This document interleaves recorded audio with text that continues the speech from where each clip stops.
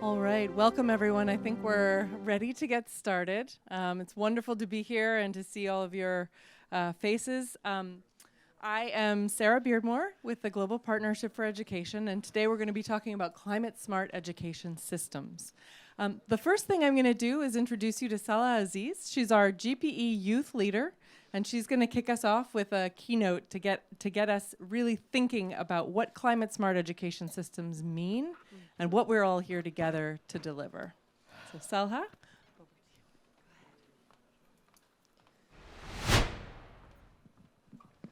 Hello. You're very busy today. Good evening, ladies and gentlemen. Can you hear me? Okay. Jambo. Jambo. Habari. Njema. Oh, Zuri. Okay, Zuri thank you sana. so much. As I've been introduced by Sarah, my name is Salha Aziz from Tanzania. I'm the GPE youth leader representing Tanzania. Do we have a GPE with leader in Malawi? First of all, I'm so excited because this is my first COP to attend, but also my first time in Dubai. We all know we have been hearing, Habibi, come to Dubai. So I'm she's a so happy and teacher. honored that I came to Dubai for the first time, but with a cause. So Be a root for. climate change is a pressing issue right now, and we have been seeing that it has been affecting multiple of development. Development in different sectors, and that includes education. We cannot deny that climate change has been affecting education as one of the development sectors in our countries. But also, we have seen the importance of education when it comes to having new ways to adapt or combat climate change in our countries and communities. And this is a way that I can say that we should embrace the journey that lies ahead to COP28, inspired by the possibilities of creating a future where our planet thrives and where the actions we take today resonate for generations to come. With that, I'll be doing a presentation, a very brief presentation. Yes, as you can see, the presentation will be going while I explain. You will be seeing the pictures explaining more in a visual way on what is happening. And this is called Pecha Kucha. Our heads. This is called Pecha Kucha, yes. So, first of all, as I said before, next.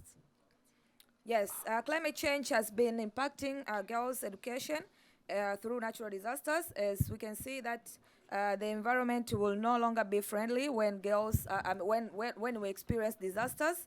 So our environment, our school infrastructures have been distracted, but also families will be displaced due to that kind of challenge. Actually, it was supposed to be moving when you, yes, 20 seconds. Okay. What should I do? Okay.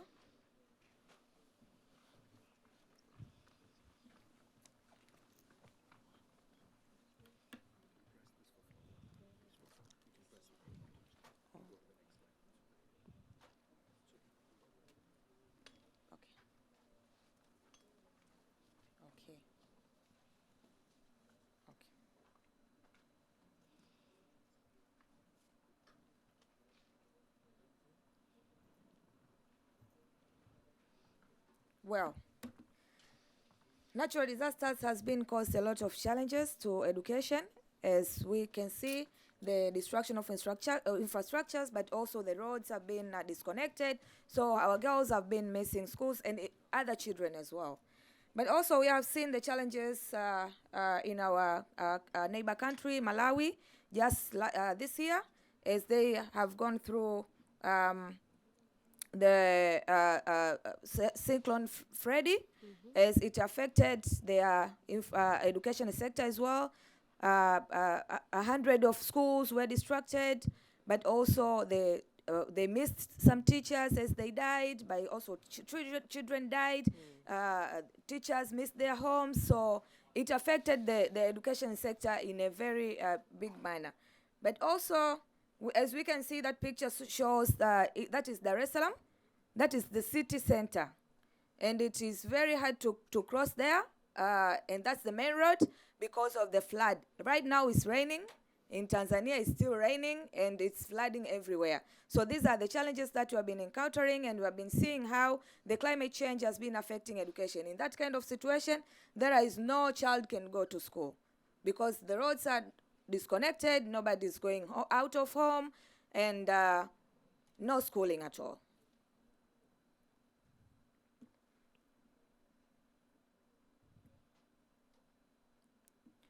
Well, but also the climate change has posed a challenge of water scarcity. Water scarcity has been a challenge, and it has been affecting the feminine gender, as girls has been missing, has been always, especially in rural areas, going to school late because they have to go miles to fetch water to ensure that they have water at home in the evening and in the morning every day.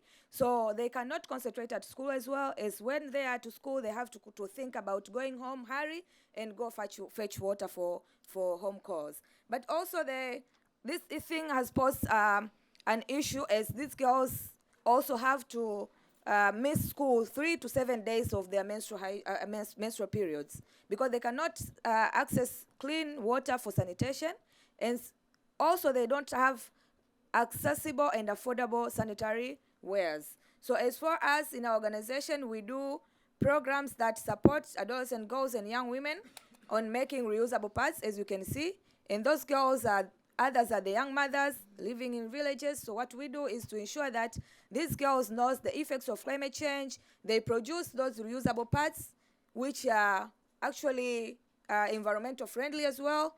Although they are also, although it's so hard to do it in every region, because some other areas there is the challenge of water availability. So what we do is we do implementation of this kind of project in areas that there are accessibility of water.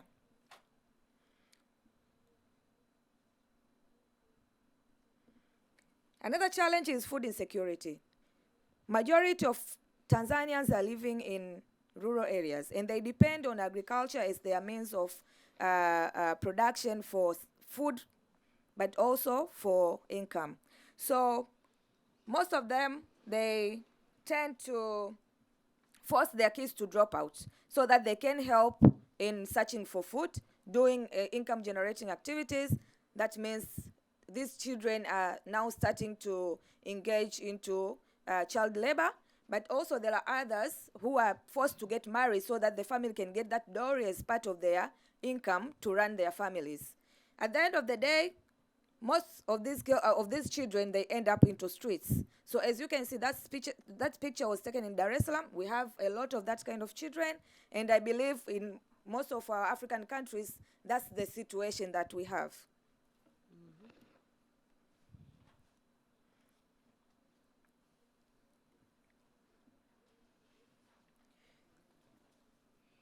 Another challenge that we face is the limited financial resources to adapt with the climate events. As I speak right now, our president was here at COP, Madam President Samia Suluhu Hassan, but she had to go back to Tanzania as we had a landslide in Hanang. It's a situation that has taken the lives of people, but also stopped a lot of ongoing activities in that area. But also other areas are facing floods in Dar es Salaam and in Tanzania.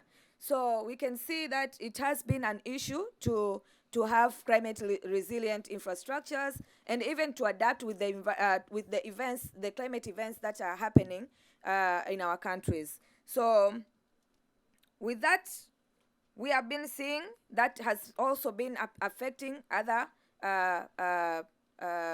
sectors, economically, socially, and even culturally. So as young people, we have been doing our part.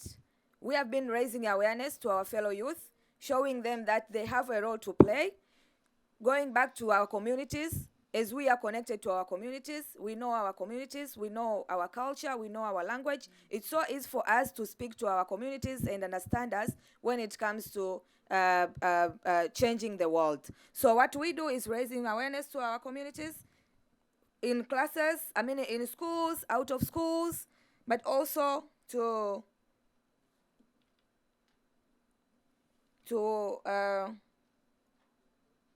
raise awareness, to do advocacy to our leaders so that we have good policies that can help us in climate action. Other activities that youth are doing are innovative activities, as we have an example of that organization called Arena Recycling, as they have that ocean plastic bank. They do collect plastic materials, they recycle and reuse different products and sell them. So as youth, we have seen our role, and we know that we have to do something, regardless of how big or small it is, so long as it contributes to the climate change, climate action in our communities.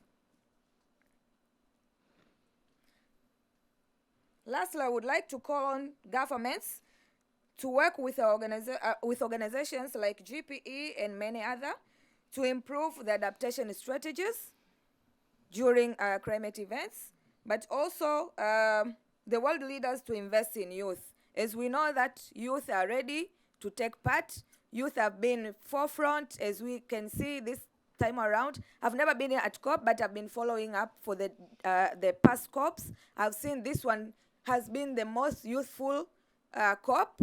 So we are calling upon the world leaders to see the importance of involving youth at the decision-making tables, but also in creating this solution that can be sustainable and more resilient.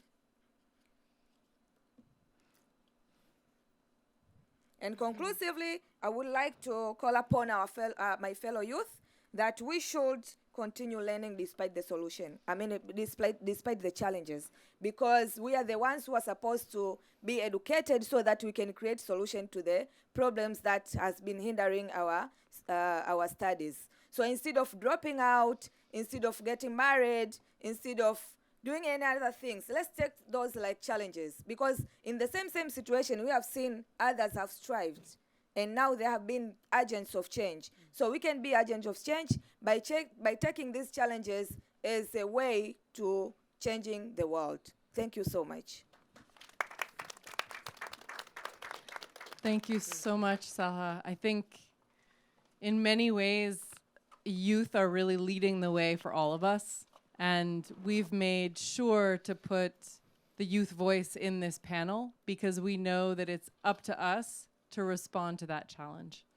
And the leadership that is already taking place by young people like Salha in her country and around the world should show us really what we need to be doing. So thank you so much for sharing. And a picture is worth 1,000 words. And I think some of those photos really show us this is a reality that's already here today. Climate impacts are stopping learning, and they're reducing the amount of knowledge and opportunity and voice that young people can have, and it's unacceptable. So we're here today to talk a little bit about what can be done to address this challenge, what needs to happen at a systems level, because we could have 1,000 grassroots efforts like the one that Salha is leading in Tanzania, but we need governments to implement climate-smart strategies at scale across their education systems. So the Global Partnership for Education, many of our partner countries have asked us for support. And what we did was we turned around and said, okay, well, what are the elements of the system that you need help with? And we identified 7 dimensions across an education system, from policy and planning to finance, data, to coordination, teaching and learning, school and community linkages, and also school infrastructure. And there are entry points within each of these dimensions of a system where we could actually be looking at climate resilience, and we could be looking at how to be more conducive to climate action and environmental sustainability. So we launched the Climate Smart Education Systems Initiative. And that brings together the expertise of UNESCO's ESD section, UNESCO's International Institute for Educational Planning, and also Save the Children. And with all of these partners, we're mobilizing technical support for ministries. And we've started with 2 countries. We're honored to have today the Minister of Education from Malawi. This is one of our first pilot countries. And the second country is Zimbabwe. But our board has also approved the scale up of this support to another 20 of the most climate vulnerable countries. And we really see this as an on-ramp to identify where there are potential resources that could be mobilized to implement the strategies that are developed. So in this initial phase of capacity development and capacity support, it's really helping us to understand where are the gaps, but also where are the huge opportunities for us to be doing better in the sector. So I'm going to start my first question with Honorable Madalitso Wirima. She's the Minister of Education from Malawi. And I'd like to start with you, the first question on the panel. So the major impact of climate events in Malawi has been really, frankly, devastating. Cyclones, flooding, droughts. So what are some of the efforts of your ministry to help improve resilience? And how can the Climate Smart Education Systems Initiative help achieve your country's vision of climate resilience for education? Thank you very much. So moderator, ladies and gentlemen, good afternoon to you all. Very pleased this afternoon to share with you some highlights of the very important work going on in Malawi, which is aimed at building resilience within the education system and also using education as an avenue for addressing climate change. First and foremost, I would like to remind us about the realities of the climate change crisis and its recent impact in Malawi, as Sarah did mention. Following the unfortunate incident of the Cyclone Freddy earlier this year, we had hundreds of thousands being displaced, some injured, and over 1,000 deaths reported, including learners and teachers, and at least 633 education institutions, 550 primary schools, 74 secondary schools, 3 colleges, and 6 universities suffered loss and damage. I'm reading because I don't want to get the data not right, because it's important to have the data right, and like when I just speak from the heart. So in addition, several schools were turned into camps for internally displaced people, commonly known as IDPCs, which had to accommodate most of the affected population. The teaching and learning were suspended during the disaster period, as you may imagine. And to recover from these effects, education alone, our subsector, needs more than 800 million US dollars. This figure is enormous, especially in our context, and we need your support. Moderator, ladies and gentlemen, this is why our president, Dr. Chakwera, is championing a national disaster recovery plan, which emphasizes also on building resilience within the education system. The government, through our ministry, is embarking on a climate smart education program with support from our mother organizations, the Global Partnership for Education, GPE. For this, we are very grateful. A moderator, I will share with the House some of the key strategies, plans, and activities under the Climate Smart Education Initiative as follows. Number 1, we are pursuing evidence-based policies and plans in response to climate change. This includes conducting climate risk analysis for the education system. Number 2, we are building resilience of schools to climate risk. And on this, we are developing model climate smart schools for various ecological zones of the country. In addition, we are developing a decarbonization roadmap for the education sector. Number 3, we have climate data integration into the education management information system. This includes, among others, conducting of school-based surveys on climate change and environmental sustainability. Item 4, we have a cross-sector coordination and access to climate financing. This strategy aims at establishing a clear and agreed approach for the integration of climate change into education sector, using sustainable coordination mechanisms. curricular pedagogy, and teacher training.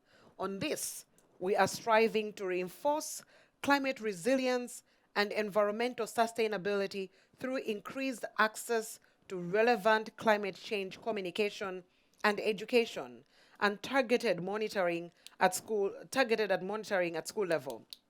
Ladies and gentlemen, you can see that these are the comprehensive measures to ensure that we develop an ecosystem that sustains climate smart education from all angles. The climate smart education program will contribute significantly towards accelerated learning, loss recovery, increased access, and continuity of learning even when we have shocks, when we have disasters, epidemics, as well as from the climate.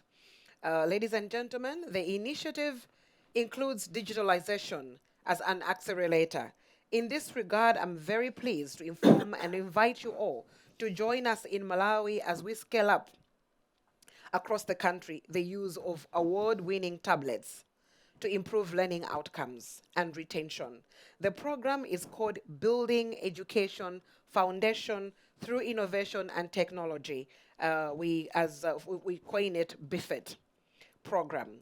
Learners who use these adaptive learning tablets retained more knowledge even after 7 months of school closure during COVID compared to the counterparts that did not have their tablets.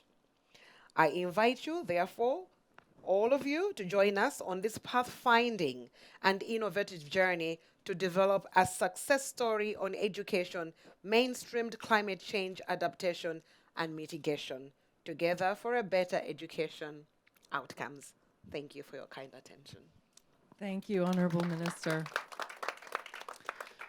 And I think what you've demonstrated is just how cross-cutting a comprehensive climate-smart approach needs to be. Everything from technology for resilience and continuity of education, to making sure that climate data is accessible through education management information systems. I mean, every dimension is connected to the next, and I think that your efforts there are really innovative.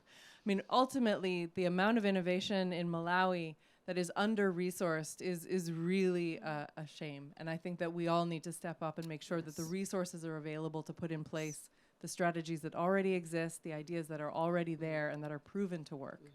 So we salute your efforts and we're here to support you. Thank you so much. And the brains behind the digitalization is right here with me in the room. If anyone would like to know more, Dr. Valletta is there in the back row. Thank you. Thank you so much. Well, now let's turn to our next panelist. Is June Morohashi. She actually leads the ESD section at the UNESCO headquarters. UNESCO has really been leading efforts for a very long time on education for sustainable development. So could you please share with us how you're working with GPE and Save the Children to advance climate-smart education systems, and in particular, tell us more about the scope of support that you will be providing to countries. Thank you very much, Sarah, and nice to see some colleagues that I could meet during the mission to Malawi that I could undertake.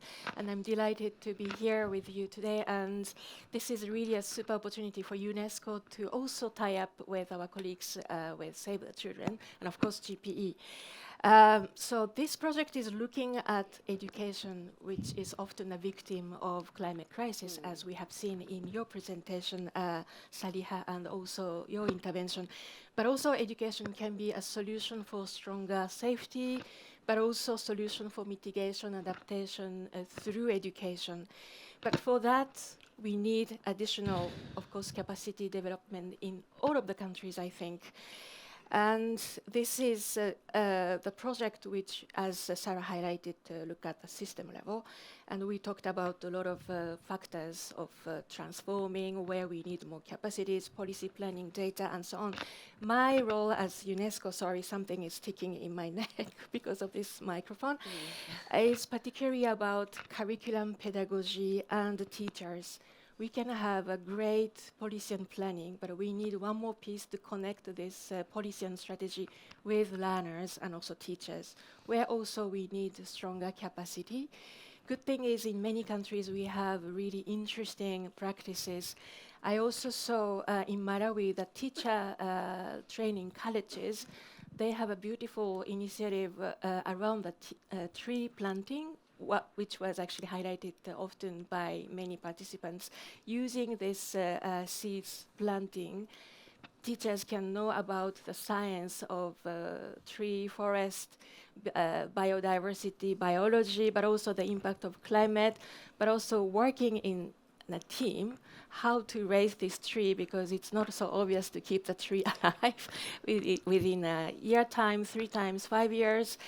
And this was something which was really interesting in a way that we tend to think of curriculum a bit too much on maybe science terminology, which is of course important.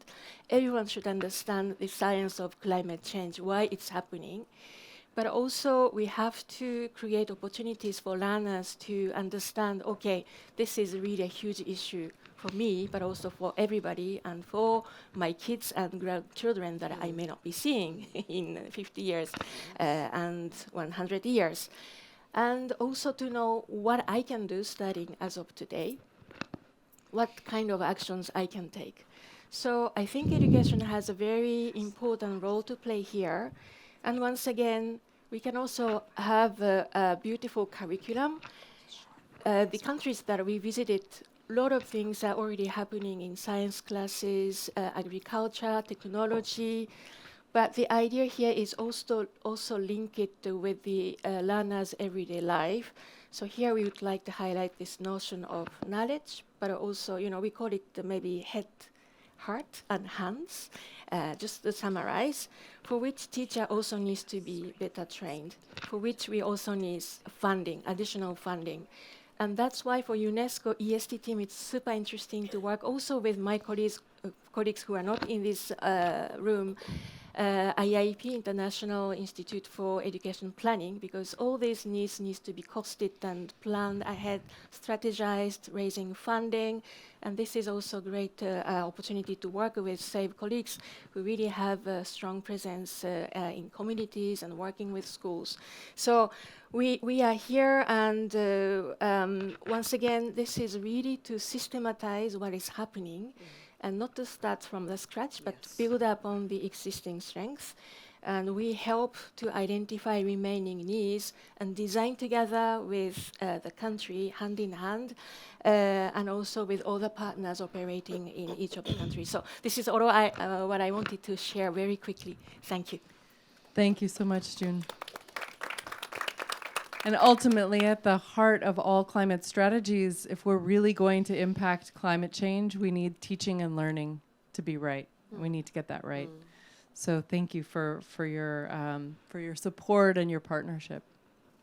Next, I'm going to turn to Susan Nicolai. She was with Save the Children, and the great thing about working with an organization like Save the Children is the cross-sectoral expertise you bring, working in early childhood to nutrition and health and education. So we wanted to have you tell us a little bit more about the importance and process of integrating all of these diverse sort of expertise and experiences across the sectors to create, a sort of comprehensive capacity development approach. Sure. So at Save the Children, we do work very cross-sectorally. We have a really strong focus on education, health, child protection especially, but also a strong work on humanitarian action, anticipatory action, et cetera. And so we are trying to bring that to the table in terms of this project as well. I thought I'd give a couple just really quick examples along the lines of the 7 interventions that Sarah mentioned at the beginning, because I think that framework of thinking about how one enters into working on climate issues in the education system is something we really work actively on. For instance, in terms of working with the evidence-based policies and planning, we in some locations have been working on DRR information management systems, and this can include management systems at the school level as well. Something that we've been doing in the Philippines, a rapid assessment of damages report, which is a school level reporting tool that can provide information on schools' damage and needs in the first 72 hours of a disaster. Another area that we've been working on is with some colleagues that really have been focusing on finance and looking at cost effectiveness analysis. And we've recently done some evidence work along with GPE and the World Bank, where we have produced a costing framework where we're looking at how to set out data analyzing the costs and benefits of investment in climate and education.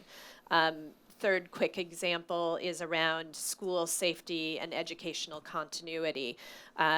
We have long been supporters of the comprehensive school safety framework. In certain places around the world, we are involved in even developing tools, helping schools to assess their compliance with this framework as they implement safety initiatives. So I think there's a range of things that we're involved in. One of the most important things that's really core to our mission centers around child and youth participation. And that's something that we bring to all of our work. That's something that we've also brought to this panel. Faith is a young leader from Zambia who Save the Children has been working with.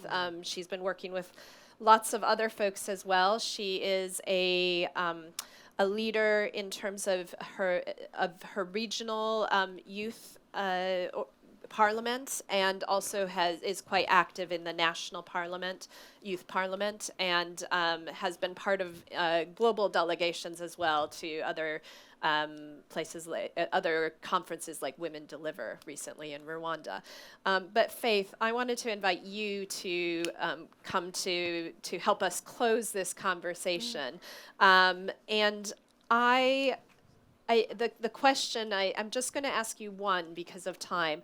I want to ask you what your hope is for this work as this group of people, the much broader group of people, work with ministries of education, work with education systems around the world to green education. What kind of impact do you think that can have on the lives of your own life, the lives of your peers, and children coming after you? Okay. Thank you, but I would like to make a correction. I'm from Malawi. Oh my gosh. I'm so sorry. Yeah, well, that's so important. And I didn't know. I've got one of my students here. So sorry. All right. So once again, I'm Faith Mzmara from Malawi, also a climate activist and a child rights advocate. Yeah, a lot has already been introduced. So the thing that I'm really hoping for, looking forward to your collaboration to that extent that the resolutions which we have been coming up with in different sessions, like in parliament sessions, should really also be taken seriously. Right now, I'm really inspired because of this project, which you have said that you have introduced a project in Malawi whereby children will be learning using tablet. But my question is, will all children afford it? Yeah, so this is whereby we are calling upon such kind of meetings, the GPS, Organization of Save African Leaders, and the Education Ministry together, working together.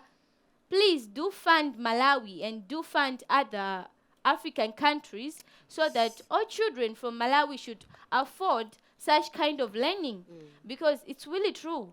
When floods occurs, especially in Malawi, more over 15 districts have been affected. And yeah, a lot of schools have been destroyed. And then if you look at it carefully, the blocks which were remaining were used as shelters for flood survivors. And then schools were destroyed. But then if we look at when we look at it carefully, there were some parts which were not affected. But then the parts which were affected and the part which wasn't affected, all children are going to write the same exam, which is not good. What about the flood survivors? What about those children? You see, it's not fair. It's climate injustice. So yeah, there should be such technologies, inspiring technologies to also help those children which are out there trying to survive and trying to make it in life with their studies.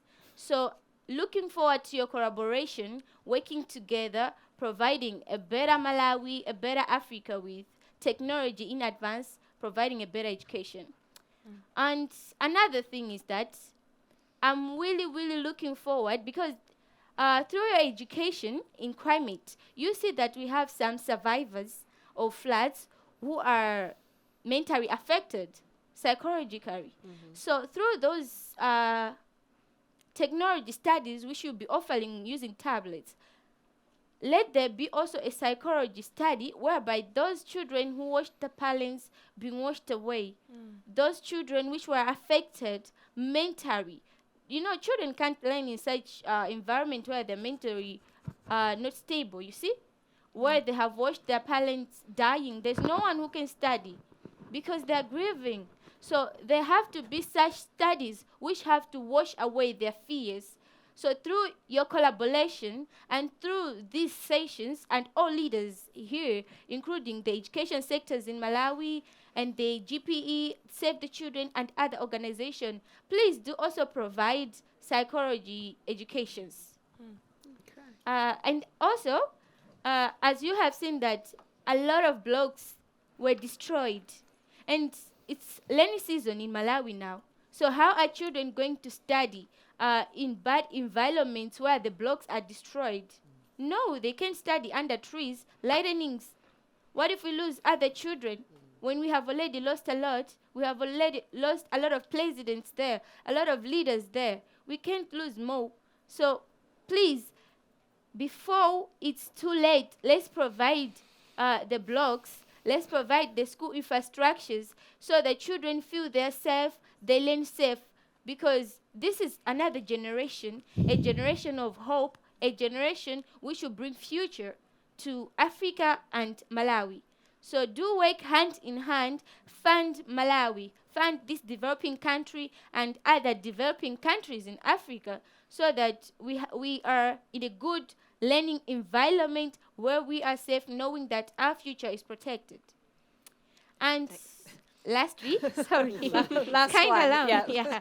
So lastly, using technologies, you can be spreading messages, awareness campaigns to other parts in Malawi, like meteorologists. They can be warning people in Malawi before an event occurs, though it's unpredictable, but sometimes we can still try to warn them before the real crisis occurs so that they are safe before it comes. And also, technology does help. Through technology, we can also prevent food insecurities, which is also a result of climate crisis. As you know, in Malawi, floods have really occurred and things are expensive, especially maize. So through technologies, you can also be spreading agriculture awareness because children can't learn while hungry. No. So there have to be a way, fund Malawi, fund technology to help children. So really looking forward to the GPE, Save the Children, Malawi government, Ministry of Education, and other African leaders here and other leaders from Malawi.